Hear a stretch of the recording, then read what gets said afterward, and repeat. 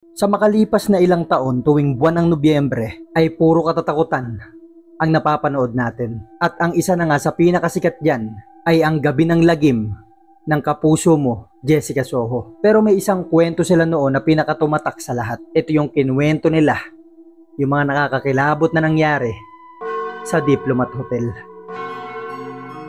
Hindi na bago sa atin na makarinig ng mga kwento sa lugar na to. Halos taon-taon nga ay may mga sumisikat na video, mga pictures na sinasabing may nakuhaan sila dito nakakakilabot na anino o tao o muka na sumama sa litrato at sa videos nila. Ang isa pa nga sa pinakasikat dito ay may nakikita daw sila dito naglalakad-lakad na pare at daladala niya yung sarili niyang ulo. Pero saan nga ba nagsimula yung mga ganitong uri ng paniniwala at mga kwento-kwento dun sa lugar? Ano nga kayang mga nakakakilabot na nangyari dito bago magsimula yung mga ganitong uri ng mga pagpaparamdam at mga kwento-kwento sa Diplomat Hotel? Sino nga ba yung mga namatay dito? Anong ginawa sa kanila? Saan sila nilibing? At sino yung mga pumatay sa kanila? Bakit kaya sinasabi ng ilan na tuwing umiihip ang hangin sa lugar na to ay may kasama ito mga hiyaw at mga sigaw na mga taong namatay, pinahirapan, pinagsamantalahan, pinugutan ng ulo sa loob nito? Yan ang mga taong susubukan nating kilalanin sa kwento na to. At kung kagaya kitang mahilig makinig sa mga ganitong uri ng kwento, mga horror, mystery, mga sobat and sob cases, ay ilike mo na tong video na to and don't forget to subscribe. Simulan na natin ang kwento.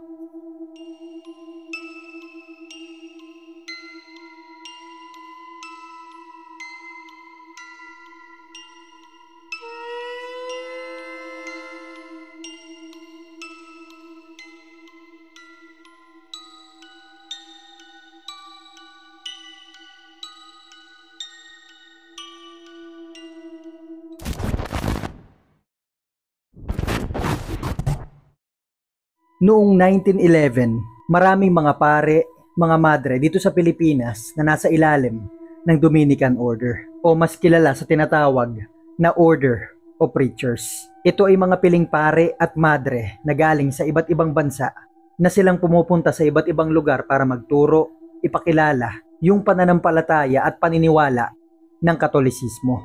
At nung taon nga na to, 1911, dahil dumadami na nga sila dito sa Pilipinas, ay naisip nila magtayo ng bahay bakasyunan at hanggang sa nakita nila yung napakagandang burol sa Baguio. Naisip nilang sa tuktok ng burol na to ay itatayo natin yung bahay bakasyunan ng mga madre, mga pare na manggagaling sa iba't ibang bansa para magturo ng Katolisismo dito sa Pilipinas. At tinawag na nga nila yung burol na yon na Dominican Hill.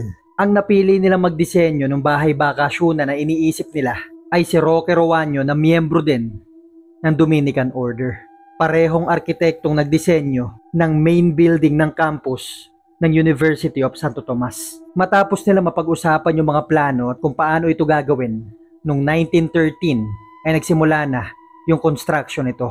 Sa paglipas ng mahigit sa isang taon habang ginagawa tong building, ay naisip ng Dominican Order bakit hindi nila to gawing paaralan nang sa gayon ay kumikita rin ng pera yung building. At nung 1915 matapos magawa tong building ay ginawa na lang nila tong paaralan na tinawag nilang Colegio del Santissimo Rosario. Ang kaso nga lang sa paglipas ng mga taon dahil sa baba ng bilang ng mga nag-e-enroll dito ay napilitan na lang sila itong gawing bahay bakasyunan na noon ay nagsimula nang ang tawagin sa pangalang Dominican Hill and Retreat House. Sa paglipas ng mga taon dahil sa ganda ng building na to, maganda rin yung pwesto niya dun sa burol at pagkakatayo nito ay naging agaw pansin ito sa mga turista. Dito ay binibisita ito ng mga tao kahit pa hindi mga taga Baguio at marami din dito mga taong gusto magpare na dito bumibisita. Buhay na buhay yung building na to dahil maging yung mga kaibigan ng mga pare, mga madre ay dito na sila nagkikita, nagkakainan at nagdadaos ng mga pagdiriwang. Sa paglipas ng mga taon ay ganito yung naging reputasyon ng Dominican Hill and Retreat House. Hanggang dumating na nga yung araw ng December 8, 1941, araw kung kailan nagsimula ang World War II na kasama ang Pilipinas. Araw ng Lunes nun na kung saan sinisikap ng bawat pamilya sa Pilipinas ang maghanda sa paparating na Pasko at Bagong Taon. Sa kabila ito ng mga sumisiklab na mga gera sa Europa nang biglang magsimulang magbagsakan ng mga malalakas na bomba sa gate ng John Hay Camp sa Baguio, na nung mga taon na to ay kampo ito ng Reserve Army ng Amerika. 72 mga bomba kaagad ang bumagsak sa John Hay Camp, kaya naman naglikasan kaagad yung mga taong nakatira sa paligid nito. At nung araw nga na to, December 8, 1941, ay simula na nga ng ikalawang pandaigdigang digmaan na kasama ang bansang Pilipinas. At ang pinagtaguan ng karamihan ng mga taong taga Baguio ay ang Dominican Retreat House. Ngunit ilang linggo pa lang ang nakakalipas ay naging kontrolado na kaagad ng puwersa ng Hapon ang kabuuan ng Baguio, hanggang sa narating na nga ng Hapon ang Dominican Hill, kung saan nakakita sila dito ng napakaraming mga taong nagtatago sa retreat house. Nandyan yung iba't ibang lahi, mga pamilyang Pilipino, mga Amerikanong sundalo, mga pare, mga madre na galing sa iba't ibang bansa na ginawang bihag ng mga sundalo ng Hapon. At dahil nga sa ganda ng pwesto ng building na to sa ibabaw ng burol sa Baguio, ay naisip din nilang gawin itong base militar. At nung sumunod na taon, 1942, ay ang lugar na nga ng Baguio ang naging main headquarters ng Hapon, na siya na rin naging pinakamalakas nilang kampo. At dito na nga nagsimula ang mga nakakadiri, nakakakilabot at hindi mga makataong pangyayari sa retreat house. Nung nagsimula na nilang ayusin ito bilang maging kampo nila, nung naging kontrolado na rin nila yung kabuuan ng Baguio, ay ginawa nilang kulungan ng mga bihag nila yung unang palapag ng building. Pinaghiwalay nila yung mga lalaki at babae para maging madali sa kanilang mamili ng mga babaeng pagsasamantalahan nila. Gabi-gabi, matapos nilang rumonda sa Baguio, ay pupunta yung mga sundalo sa retreat house para mamili ng mga babaeng pagsasamantalahan nila isa-isa. Ang nakakalungkot lang dito, ang naging main headquarters ng military ng Hapon ay ang John Hay Camp, kung nasaan si General Tomoyuki Yamashita. Kaya naman lahat ng mga kalokohan na ginawa ng Hapon ay nagawa nila sa Dominican Hill, kung saan walang mga officer na nagbabantay sa ginagawa nila. Ipinangalat ng mga sundalong Hapon sa mga kasamahan nila na meron sila mga bihag ng mga madre at babae sa retreat house sa Dominican Hill. Kaya naman halos lahat ng mga sundalong Hapon na bagong dating ay doon dumadaan para magsiya at magpalipas ng oras. Ang bawat mapili nilang babae, mapabata man o matanda, kapag hindi na ito na ibabalik sa kulungan, alam na nila yun nangyari dito. Pinagsamantalahan nila isa-isa, pinagsasaksak, hanggang sa mawala ng buhay. Minsan naman ay napagtitripan ng mga sundalong Hapon yung mga lalaki.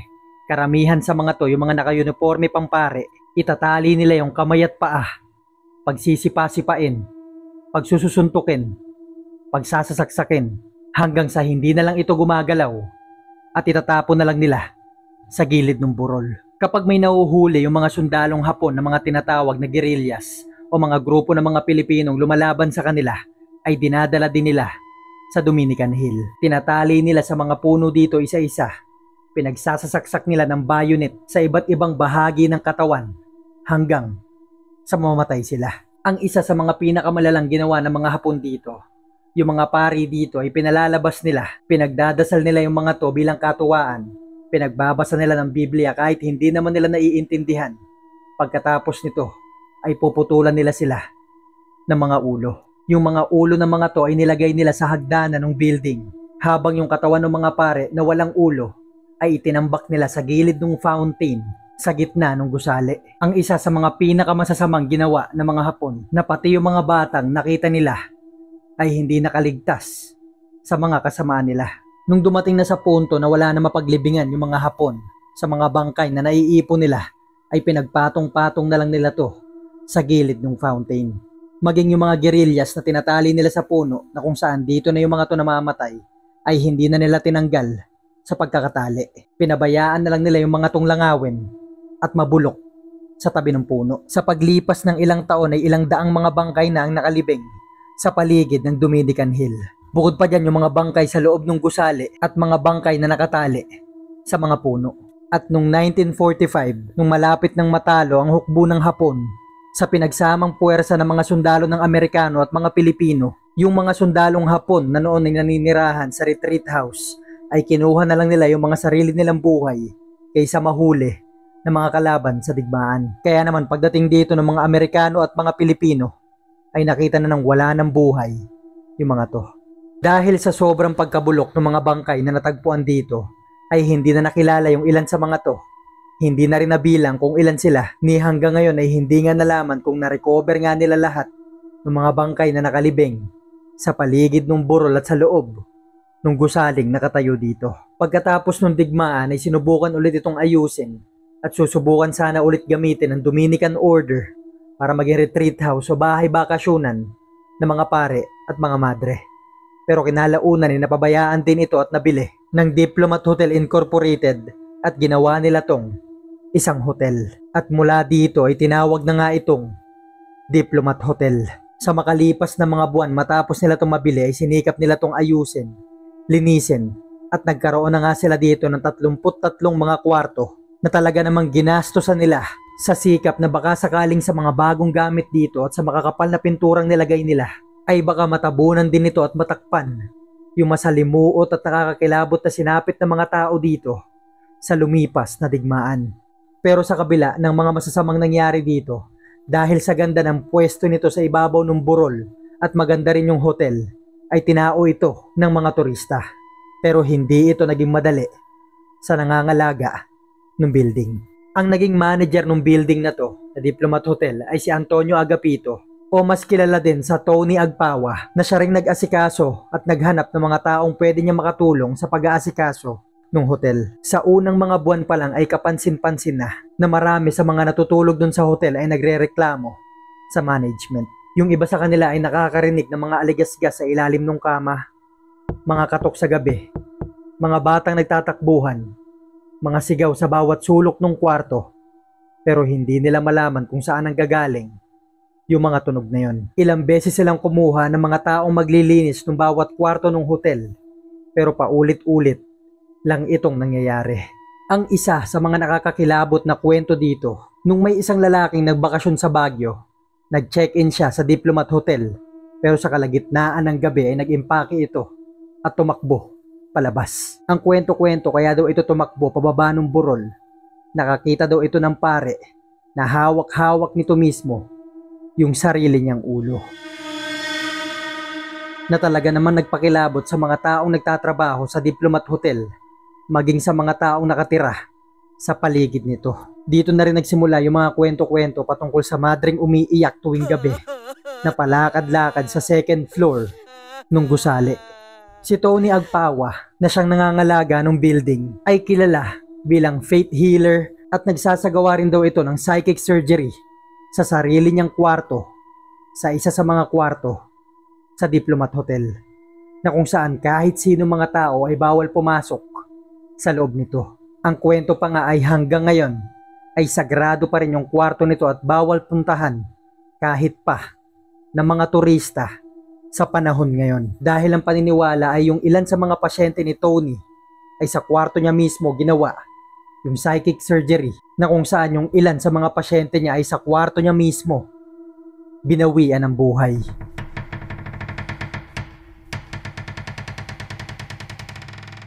At hanggang nung 1987 ay napabalita na lang na namatay na si Tony Agpawa.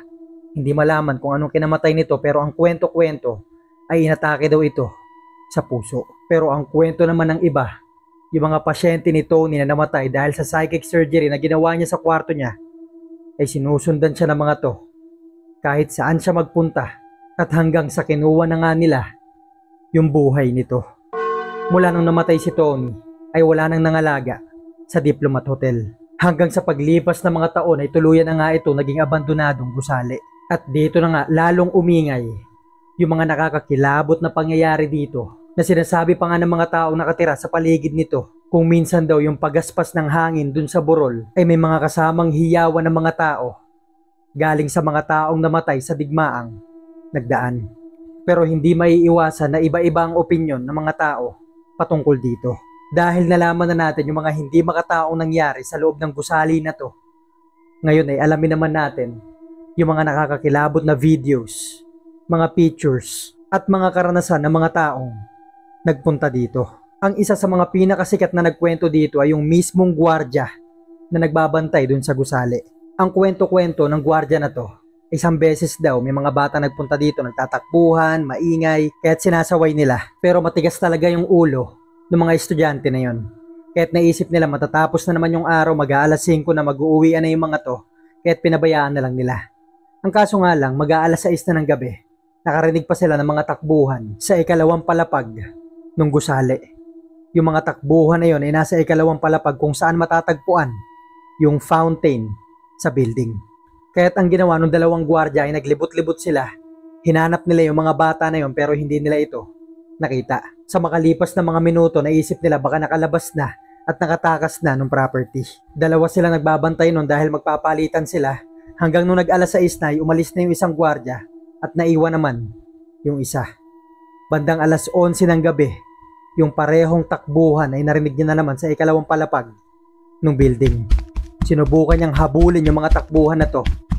Sa gulat niya, nakakita siya ng isang lalaking nakatayo sa dulo ng building. Nakaharap ito sa sulok ng pader at hindi niya maaninag yung ulo nito. Sigurado siya ng mga oras na yun na walang ulo yung lalaking tinititigan niya. Nagmadali siyang tumakbo palabas ng building at naghintay siya ng umaga sa labas ng property.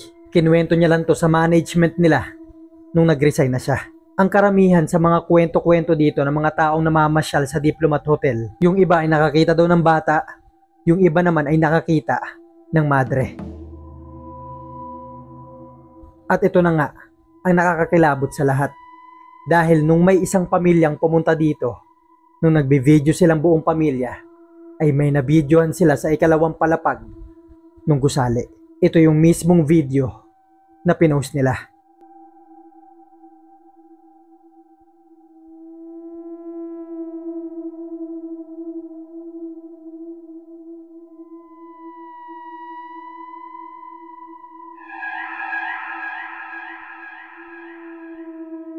Sa video na to ay maraming kinilabutan dahil sa tingin nila ay isa itong madre na nakasilip sa bintana. Kayo nang bahalang humusga kung ano sa tingin nyo yun nasa video na to.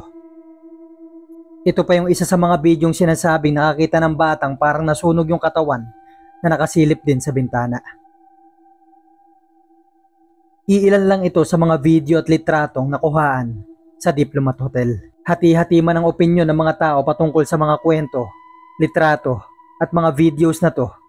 Hindi natin maitatanggi na saksi ang mga pader at mga poste sa gusali na to sa mga nakakakilabot at mga hindi makataong nangyari sa loob nito. Isipin pa lang natin nung nakita ng mga sundalong Amerikano at mga Pilipino yung tambak-tambak na mga katawan o mga bangkay na mga pare at mga sibilyang pinatay ng mga sundalong Hapon na sinasabing ang natagpuan sa gilid ng fountain sa loob ng Diplomat Hotel. Hanggang ngayon ay nananatili pa rin itong nakatayo. Pinupuntahan pa rin ng mga taong bumibisita sa Baguio para makita ang isang gusali na naging parte na kasaysayan ng lugar. At ngayon, kung ano't ano pa man ang marinig natin ng mga kwento at pangyayari sa Diplomat Hotel, ay alam na natin kung saan yung mga to nagsimula.